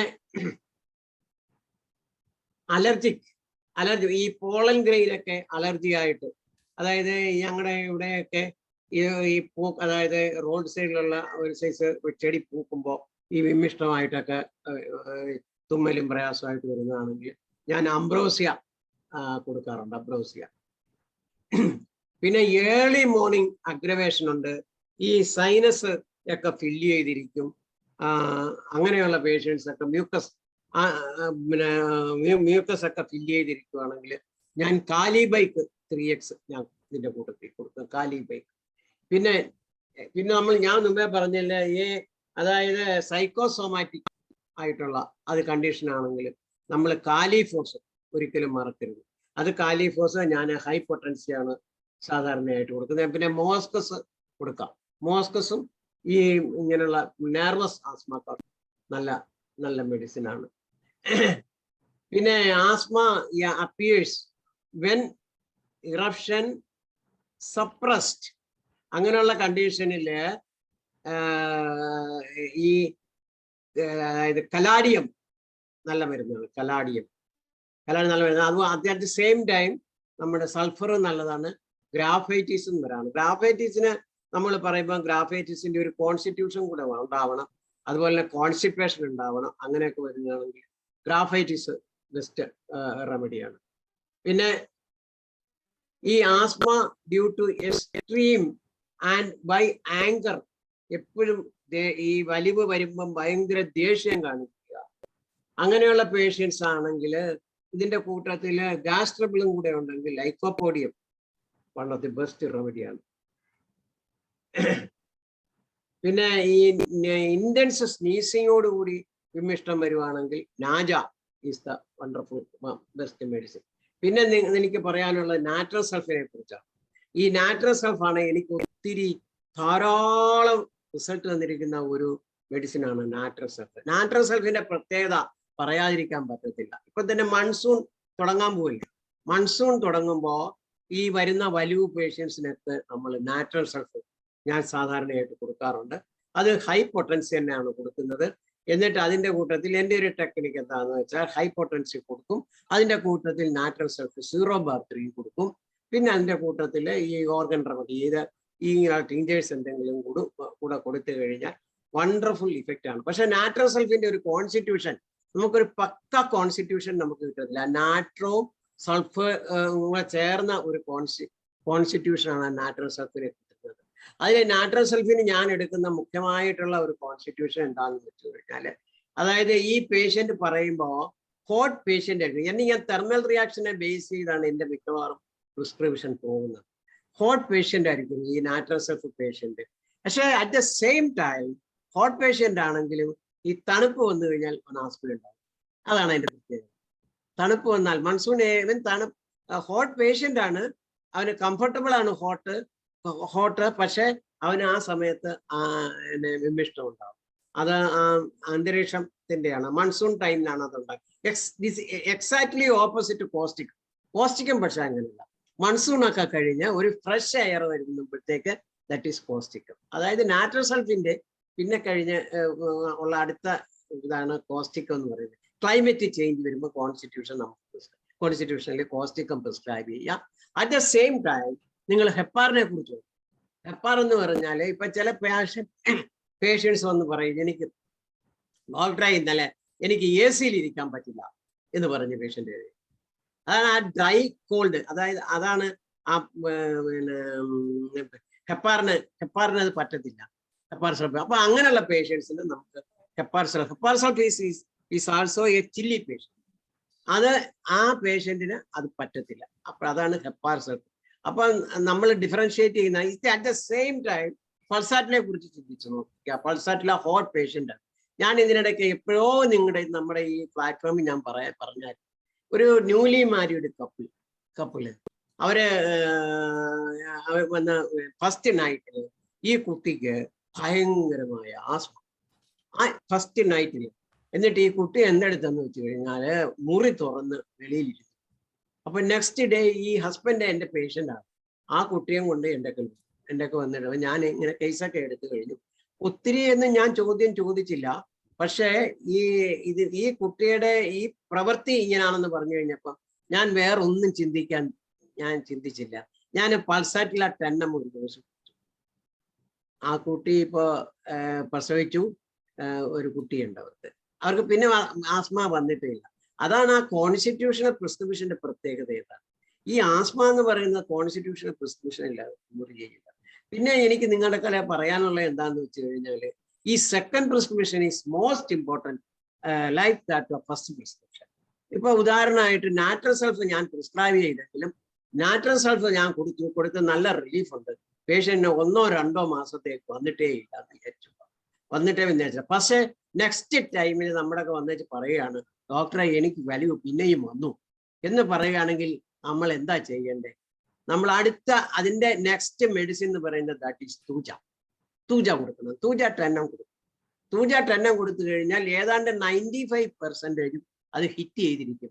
ആ ഉണ്ടായ ആസ്മ മാറും. സമ്മതിച്ചു. പിന്നെ അത് കഴിഞ്ഞിട്ട് ഒരു 3 മാസം കഴിഞ്ഞ് പേഷ്യന്റ് നമ്മുടെ വരിക, ഡോക്ടറെ അവള് ഇപ്പം തുമ്മുന്നു എന്ന് പറഞ്ഞു. ഞാൻ പറയും അപ്പൊ കൊള്ളാം, നല്ലതാണ്, നല്ല റിസൾട്ടാണ്. അതായത് പേഷ്യന്റിന്റെ നേരെ അത് സോറിക് സ്റ്റേറ്റിലേക്ക് പോവുകയാണത്. സോറിക് സ്റ്റേറ്റിലേക്ക് പോയി തുമ്മു. കാര്യം ഞാൻ ചോദിച്ചു, ഈ തുമ്മല് നേരത്തെ ഉള്ളതാണ്? അതെ, തുമ്മിയാണ് ഇവർക്ക് വരവ് വരുന്നത് ആദ്യമാണ്. ഞാൻ പറഞ്ഞു കൊള്ളാം, നല്ല കാര്യമാണ്, ഈ കുട്ടിയുടെ വിമിഷ്ടം ഞാൻ മാറ്റിത്തരാം. അപ്പം മാറ്റിത്തരാന്ന് പറഞ്ഞു കഴിഞ്ഞാൽ പിന്നെ വേറെ അപ്പീലില്ല. നമ്മൾ മാറ്റി കൊടുക്കുമോ? എങ്ങനെ മാറ്റി കൊടുക്കും? അതാണ് അടുത്ത ചോദ്യം. അതിന് next follow up medicine is either tuberculinum or bacillin. അപ്പൊ ബാസിലിനം കൊടുക്കുമ്പോഴത്തേക്ക് നമ്മൾ ശ്രദ്ധിക്കേണ്ട ഒരു കാര്യം എന്താണെന്ന് വെച്ചാൽ ഒരു തടിച്ചിട്ട പ്രകൃതിയാണ് എങ്കിൽ മാത്രമല്ല, ഏതെങ്കിലും സമയത്ത് ഈ റിങ്ങുവമോ അങ്ങനെ എന്തെങ്കിലും ഉണ്ടോ എന്നൊക്കെ നമ്മൾ ചോദിക്കുമല്ലോ സ്കിന്നിൽ. അങ്ങനെ ഉണ്ടെങ്കിൽ ബാസിലിനം വി ക്യാൻ പ്രിസ്ക്രൈബ്. ആസ് ട്യൂബർകുലിനം അങ്ങനെയല്ല. PG and ചെസ്റ്റ് വളരെ മെലിഞ്ഞിട്ടാണ്. ഈ കുടുംബത്തില് ആർക്കെങ്കിലും ട്യൂബർകുലോസിസ് വന്നോ ഇല്ലയോ എന്ന് നമ്മൾ ആ ഹെറിഡിറ്ററി ടൈൻഡ് എടുക്കുമ്പോൾ ചോദിക്കുമല്ലോ, ആർക്കെങ്കിലും ചോദിക്കും. പക്ഷെ അവരത് അറിയുകയോ അവർക്ക് പറയാനോ പറ്റത്തില്ല. കാര്യം എന്താന്ന് വെച്ചാൽ ഒരു കാലത്ത് ഇവിടെ ട്യൂബർകുലോസിസ് വന്നാണ് ഒത്തിരി പേര് മരിച്ചത്. ഒത്തിരി പേര് സാധാരണ എൻ്റെ അച്ഛൻ മരിച്ചത് ട്യൂബർകുലോസിസ് വന്നാണ് മരിച്ചത്. ആ ട്യൂബർകുലാർ മയാസം കൺവേ ചെയ്യുന്നു. എനിക്കും ഉണ്ടാവാം, ആ ട്യൂബർകുലാർ മയാസം ഉണ്ടാവാം. അപ്പൊ ആ ട്യൂബർകുലാർ മയാസം അങ്ങനെ ഉണ്ടാകും എന്ന് നമ്മൾ പ്രിസ്യൂം ചെയ്തുകൊണ്ട് നമ്മൾ ട്യൂബർകുലിനം 10 കൊടുത്തു കഴിഞ്ഞാൽ ഏതാണ്ട് എനിക്ക് തോന്നുന്നു 85-90% അത് ഹിറ്റ് ചെയ്യും. പിന്നെ നമ്മൾക്ക് ആ പേഷ്യന്റ് അധികം നമ്മുടെ വരില്ല. പിന്നെ നമ്മൾ പ്ലാസിബോ കണ്ടിന്യൂ ചെയ്യും. കുറെ നാൾ കണ്ടിന്യൂ ചെയ്ത് കഴിഞ്ഞിട്ട് നമ്മൾ നിർത്തും. അതാണ് അതിന്റെ ഫോളോ അപ്പ്. അപ്പൊ നാച്ചുറൽ സൾഫ് ഫസ്റ്റ് പേഷ്യന്റ് നമ്മൾ കൊടുക്കുക.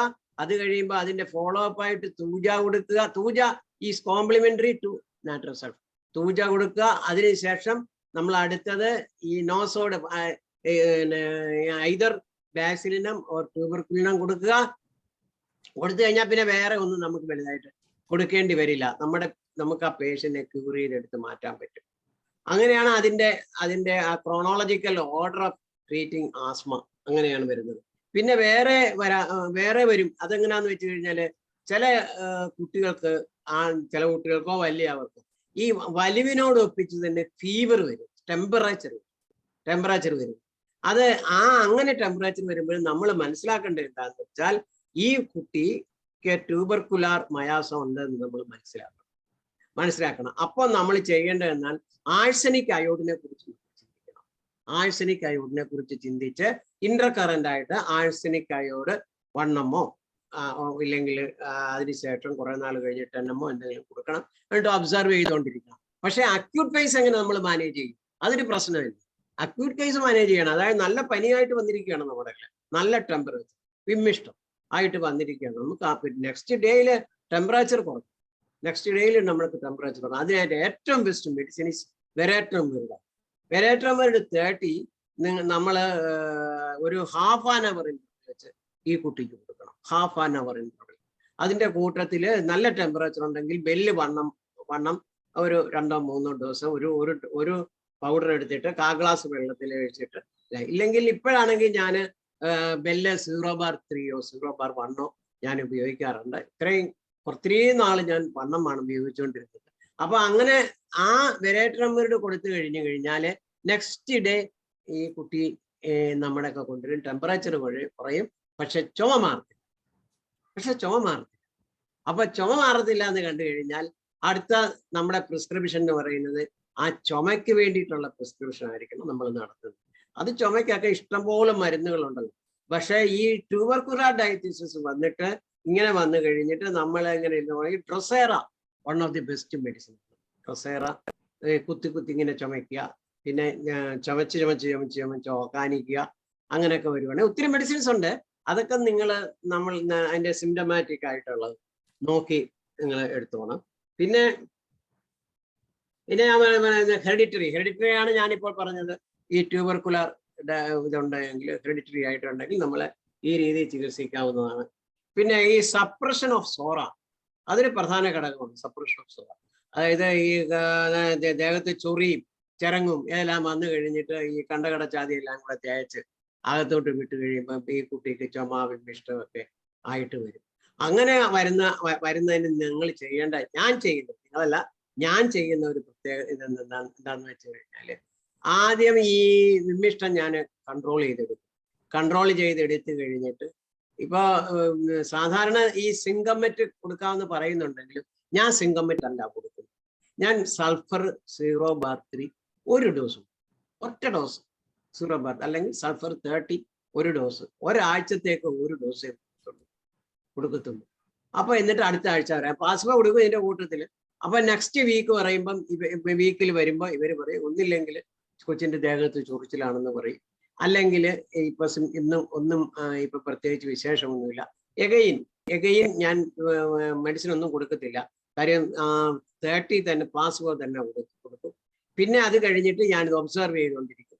ഒബ്സർവ് ചെയ്ത് കഴിഞ്ഞ് പിന്നെ അതിന്റെ അടുത്ത ഇത് സിംറ്റംസ് ഇത് എന്തെങ്കിലും അപ്പിയർ ചെയ്യുന്നുണ്ടോ എന്ന് നോക്കി കഴിയുമ്പോൾ മിക്കവാറും അപ്പിയർ ചെയ്യുമ്പോൾ അതിന് വേണ്ട അടുത്ത മരുന്ന് സോറിക്കായിട്ടുള്ള മെഡിസിൻസ് നോക്കി അങ്ങനെ കൊടുക്കും. അതാണ് സപ്രഷൻ ഓഫ് സോറ.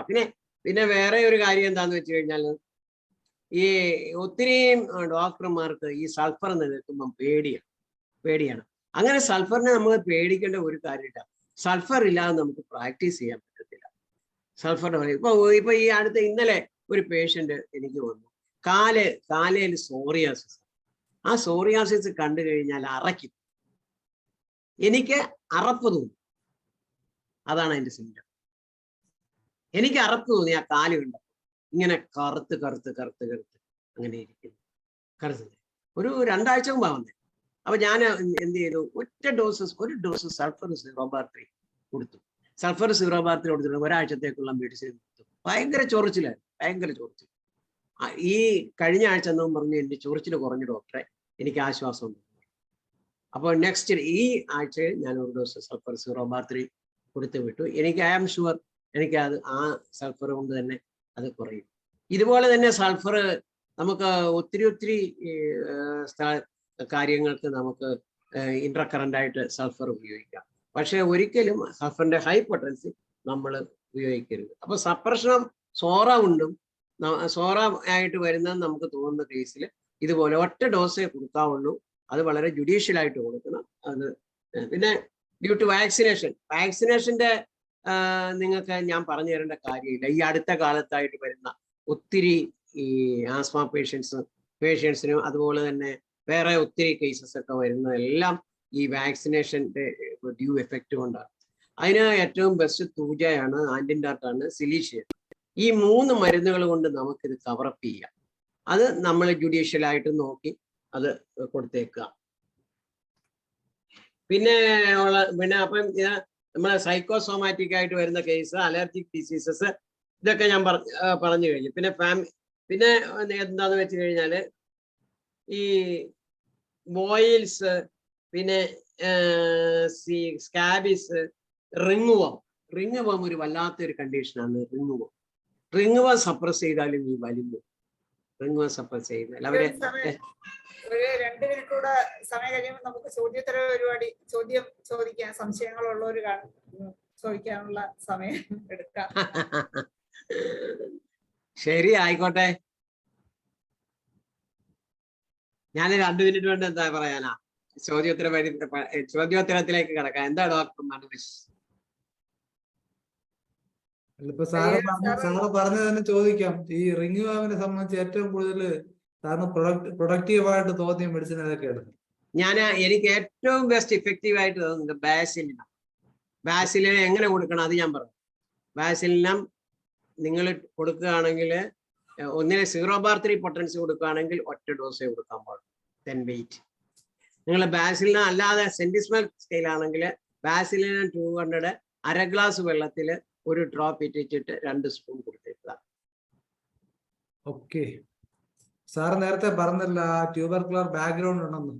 ഒരുപക്ഷെ അതായിരിക്കും സാറ് പലപ്പോഴും ഒരു പൾസാറിന്റെ സിംറ്റം കാണിക്കാറുണ്ട്. കൈ പതുക്കെണ്ടിരിക്കാറുണ്ട് പലപ്പോഴും.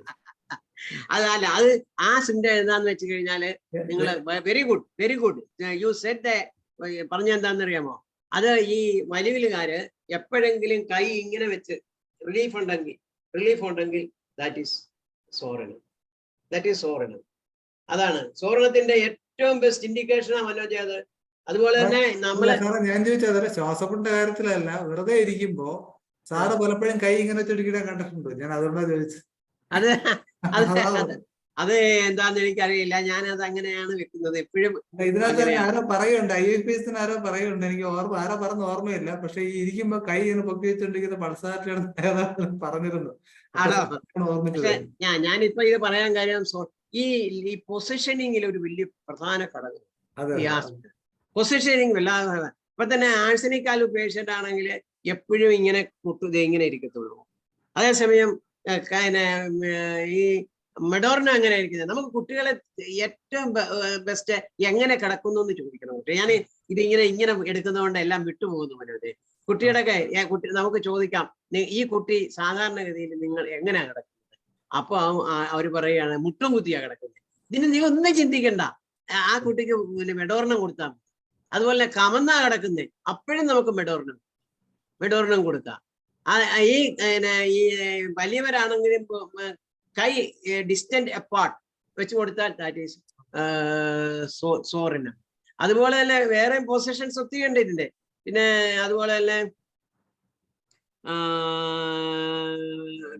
പുളി. ഇപ്പൊ ഈ ചില പിള്ളേരുണ്ടല്ലോ പുളി തിന്നും. നമുക്ക് കണ്ടാൽ നമ്മുടെ പല്ല് പോലും പുളി. അപ്പൊ നമ്മൾ ചോദിക്കും എന്ത് സാധനമാണ് ഇതിന് ഇഷ്ടം എന്ന് ചോദിക്കുവാൻ പറയും ഡോക്ടറെ അവന് പുളിയാണ്. നമ്മുടെ പല്ല് പോലും പുളിക്കും. ഇവൻ പുളി തിന്നുന്ന കണ്ട, നാരങ്ങയൊക്കെ ഇവൻ കടിച്ച് തിന്നുന്ന കണ്ടല്ല മെഡിസിൻ ഏതാണ്? That is medorrhinum. നിങ്ങൾ നോക്ക, craving for sour things, that is medorrhinum. അവന് മെഡോറിനം മാത്രം. ഇങ്ങനെ ചില പോയിന്റ്സ് ഉണ്ട് ഈ ഹോമിയോപ്പതിയിൽ, ഇങ്ങനെ ഒരു ചില പോയിന്റ്സ് അത് കൊടുത്താൽ അപ്പൊ അത് മാറിയിരിക്കും. അതുപോലെ ചില പിള്ളേർ കാണാൻ മേലെ നിന്നോണ്ടേ തൂർത്തു. കോസ്റ്റിക്കം is the medicine. Standing is the best position for defecation. കോസ്റ്റിക്കം പിള്ളേർ അങ്ങനെ ചെയ്യത്തുള്ളൂ. ചില പിള്ളേർ കാണാൻ മേലെ മൂക്കിൽ കൂടെ ഇങ്ങനെ കൈയിട്ട് അത് പൊട്ടുന്നിടം വരെ ചെയ്തു. ദാറ്റ് ഈസ് ആറൻട്രി ഫിലം. ഇങ്ങനെ ഇത് തന്നെ വെച്ചോണ്ട് നമുക്ക് വേണമെങ്കിൽ പ്രിസ്ക്രൈബ് ചെയ്യാം. അത് വാസ്തവത്തിൽ ഇതെല്ലാം നമ്മള് പ്രാക്ടിക്കലായിട്ട് നമ്മൾ ചെയ്താലേ മാത്രമേ നമ്മുടെ മനസ്സിൽ ഇതെല്ലാം നിൽക്കത്തുള്ളൂ. പിന്നെ time aggravation very very important അല്ലേ? ടൈം അഗ്രവേഷൻ എന്ന് പറയുന്നത്, ആ ടൈം അഗ്രവേഷൻ വെച്ച് കൊടുത്താലും ഒത്തിരി ആക്ഷൻ. പക്ഷെ എന്റെ നോട്ടത്തില് എനിക്ക് നിങ്ങളെ ക്വസ്റ്റ്യൻ ആൻസർ സെഷൻ ആവാൻ ഞാൻ ആർക്കെങ്കിലും സാറിനോട് എന്തെങ്കിലും ചോദിക്കണ്ടേ ചോദിക്കാം. ഞാൻ ഇടയ്ക്ക് ഇടന്ന് നമ്മുടെ ഷൈൽ ഡോക്ടർ പുതിയൊരാളായത് കൊണ്ടാണ് ഇടയ്ക്കിടയ്ക്കൊന്ന്. ഷൈൽ ഡോക്ടറെ മുമ്പോട്ട് പോകൂ.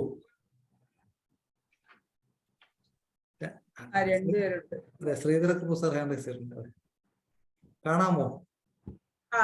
ശ്രീധര കുപ്പു സാറ് എന്താണ് സാറ് ചോദിക്കാം സാർ? മ്യൂട്ടാണല്ലോ. അൺമ്യൂട്ടാണോ? ഞാൻ ചോദിക്കുന്നത്, എനിക്കറിയാം, പുള്ളിയെ ശരിക്കറിയാം, ഞങ്ങളെന്നും ഡിസ്കസ് ചെയ്യാറുണ്ട്. എങ്കിലും ഇവിടെ ഇപ്പം ഏതാണ്ട് 110 പേരോളം കാണുന്നുണ്ട് ഇതിൻ്റെ അകത്ത്. അവരുടെയും കൂടെ അറിവിലേക്ക് വേണ്ടി ഒരു ചോദ്യം. ഡോക്ടർ, അത് ഞാൻ പറഞ്ഞുതരാം. അത് എങ്ങനത്തെ പേഷ്യന്റ് ആണെന്ന് അറിയാമോ? അതായത് കിടക്കുമ്പോഴേ അങ്ങ് പുതയ്ക്കും. മിക്കവാറും അത് സിഫിലിറ്റിക് കണ്ടീഷൻ ആണ്. മെർസോട്ട് പേഷ്യന്റ് ആയിരിക്കും.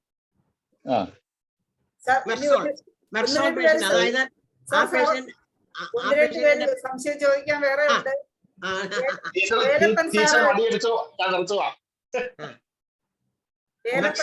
സംശയം ചോദിക്കാം. Okay, thank you madam. എല്ലാവർക്കും നമസ്കാരം. ഇന്നലെ പറഞ്ഞതുപോലെ മാഡം ഇന്ന് വീണ്ടും വന്നു, വളരെ സന്തോഷം. ഇനിയും എല്ലാ ദിവസവും കാണാമെന്ന് വിചാരിക്കുന്നു. ഇന്ന് എനിക്ക് വലിയ സന്തോഷമുള്ള കാര്യം 1000ാമത്തെ ദിവസമാണ്, 1004ാമത്തെ ദിവസമാണ്. എനിക്ക് അവിടെ കൂടാൻ പറ്റാത്തതിന് വലിയ ദുഃഖമുണ്ട്. കാരണം എല്ലാവരും കാണാമല്ലോ. കഴിഞ്ഞ പ്രാവശ്യം നമ്മളെ ഫാമിലി ടൂറും കാണാൻ പറ്റി. ഇപ്പോഴും സന്തോഷം പറഞ്ഞറിയിക്കാൻ വയ്യാത്തതാണ്. അത് മനോസാരം പറയുകയുണ്ടായി. നമ്മളെല്ലാവരെയും ദിവസവും കാണുന്നുണ്ട്. നമ്മുടെ കുടുംബാംഗങ്ങളെ പോലെയാണ് എല്ലാവരും. പ്രത്യേക സന്തോഷമാണ്. ഇനി ഇന്നത്തെ മീറ്റിങ്ങിൽ എനിക്ക് ഉച്ച കഴിഞ്ഞിട്ട് സൂമിറ്റ് പങ്കെടുക്കാൻ സാധിച്ചുള്ളൂ. എന്തായാലും വളരെയധികം കാര്യങ്ങൾ അറിയാൻ സാധിച്ചു. ആര് വന്നില്ലെങ്കിലും കൊള്ളാം, നമ്മുടെ ആൾക്കാരൊക്കെ വന്നിരുന്നല്ലോ. അതിനകത്ത് ഇന്നത്തെ ഒരു പ്രത്യേക എനിക്കൊരു വിഷയം ഉണ്ടായിരുന്നു. വളരെ താമസമില്ലാതെ തന്നെ നമ്മളെ ഹോമിയോപ്പതിയെ നമ്പർ 1 സിസ്റ്റമായിട്ട് അംഗീകരിക്കണം എന്നുള്ളത്. ഇന്നത്തെ നമ്മുടെ സാറിന്റെ ഒരു പ്രഖ്യാപനം 1 ബില്യൺ ആൾക്കാർക്ക് നമ്മൾ കോണ്ടാക്ട് ചെയ്യാൻ, നമ്മൾ അവരോട് ബന്ധപ്പെടാൻ സാധിക്കുന്ന ഒരു വിഷയം വെച്ചിട്ടുണ്ട്, ടാർഗറ്റ് വെച്ചിട്ടുണ്ട്. ഒരു സന്തോഷം. അതാണല്ലോ നമ്മുടെ വേൾഡ് ഹെൽത്ത് ഓർഗനൈസേഷൻ അല്ല, നമുക്ക് ആൾക്കാരാണ് നമുക്ക് വേണ്ടത്. 1 ബില്യൺ ആൾക്കാരോട് ബന്ധപ്പെടാൻ നമുക്ക് ഒരു ഗോൾ ഇട്ടിട്ടുള്ളത് വലിയൊരു കാര്യമാണ്. അതുപോലെ നമ്മുടെ പ്ലാന്റേഷൻ, മെഡിസിനൽ പ്ലാന്റ്, അതുപോലെ വലിയ വലിയ കാര്യങ്ങളാണ്. പിന്നെ പുതിയ ആൾക്കാരും വന്നിട്ടുണ്ട്. എനിക്കൊരു ദുഃഖം ഉണ്ടായിരുന്നത് നമ്മുടെ പാർട്ടിസിപ്പൻസിന്റെ എണ്ണം കുറവാണല്ലോ എന്നുള്ളതായിരുന്നു. പക്ഷെ ഇപ്പം നമ്മൾ തെളിയിച്ചു കഴിഞ്ഞു. നമ്മുടെ ലിമിറ്റഡ് സ്ട്രെങ്ത് കൊണ്ട് നമുക്ക് വലിയ വലിയ കാര്യങ്ങൾ സാധിച്ചു. നമ്മുടെ ഇന്റർനാഷണൽ ഫോറത്തിന്റെ ഒരു സ്റ്റാറ്റസ് നമ്മൾ മെയിൻറ്റെയിൻ ചെയ്തു. എല്ലാവരും അതിനുവേണ്ടി പരിശ്രമിച്ച മുൻപോട്ട് വന്നിട്ടുള്ള ആൾക്കാരെയും പിന്നെ പ്രവർത്തിക്കുന്ന ആൾക്കാരെയും എല്ലാവരെയും നമ്മുടെ ധീരരായ സേഠ് സാറിന്റെ പിന്നിൽ അണിനിരുന്ന ധനേഷ്, മനോജ് സാറ്, അതുപോലെ എല്ലാം പേരെടുത്ത് പറയാനാണെങ്കിൽ എല്ലാവരും പറയണം. ധീരക്കുറുപ്പ് സാറ്. പിന്നെ അതുപോലെ വേറൊരു കാര്യം പറയാനുള്ളത്, നമ്മൾ ഡെവലപ്പ് ചെയ്യാണ്.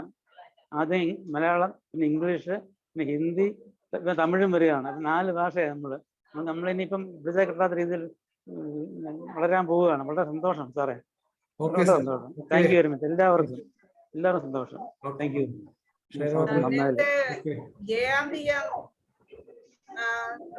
അത് രാജൻ സാറാണെന്ന് തോന്നുന്നു ഹാൻഡ് റൈസ് ചെയ്ത് കാണുന്നില്ല. ഓക്കെ,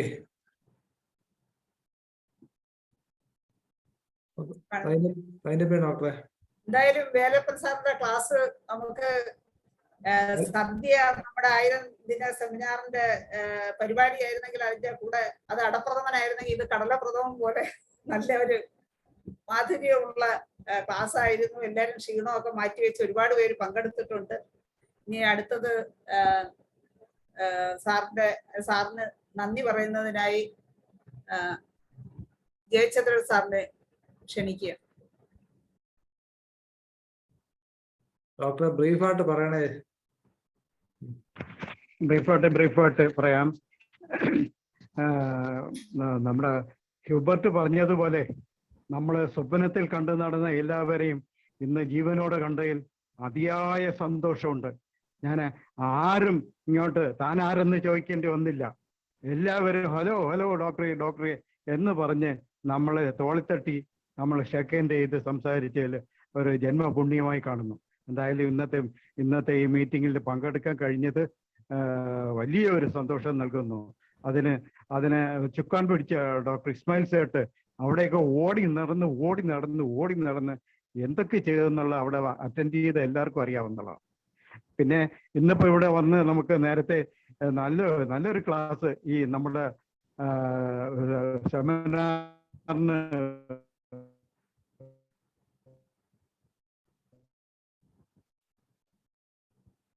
അതുപോലെ ഡോക്ടർ നെറ്റ് പ്രോബ്ലം ആണെന്ന് തോന്നുന്നു ഡോക്ടർ.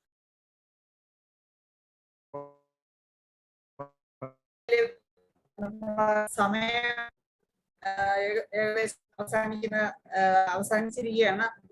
എന്തായാലും നല്ലൊരു ക്ലാസ് ആയിരുന്നു നമ്മുടെ ഹരിഹരൻ സാറിനെ ഒരിക്കൽ കൂടി എല്ലാവരുടെയും പേരിൽ നന്ദി അറിയിക്കുകയാണ്. അതുപോലെ തന്നെ എല്ലാവരും യാത്ര ചെയ്യുന്നവരെല്ലാം സുഖമായി അവരവരുടെ വീടുകളിൽ എത്തട്ടെ. തന്ന ഹരിഹരൻ സാറിന് എത്ര തന്നെ പുകഴ്ത്തിയാലും മതിയാകത്തില്ല. അദ്ദേഹത്തിന് ഓക്കെ ഡോക്ടറെ, അതിന്റെ പേരല്ലോ. അപ്പൊ നാളെ എന്തായാലും പരിപാടി അവസാനിക്കുകയാണ്. എല്ലാവർക്കും ശുഭരാത്രി നേരുന്നു. ഇനി കാണുന്നവരെ ബൈ.